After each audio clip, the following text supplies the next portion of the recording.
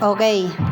Sa mga nagtatanong ng paano mag-load key ng text file or paano pagganahin yung mga text file na nagsasabi na pag ginamit nyo ng load this file, load key.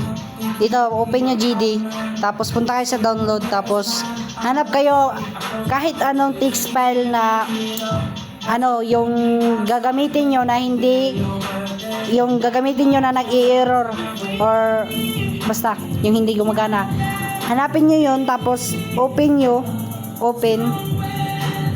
pagka-open nyo, pag ganito, pag number yung nakalagay sa text file, ano lang gawin nyo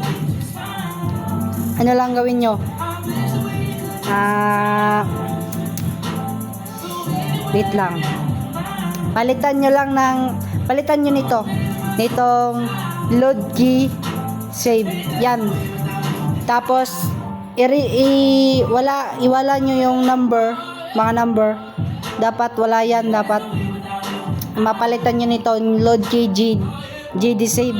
Pag na ganyan nyo na, okay na yan, pwede na nyo na gamitin yan. Save nyo lang, pagka save nyo, file save, okay na yan, pwede nyo na gamitin yan.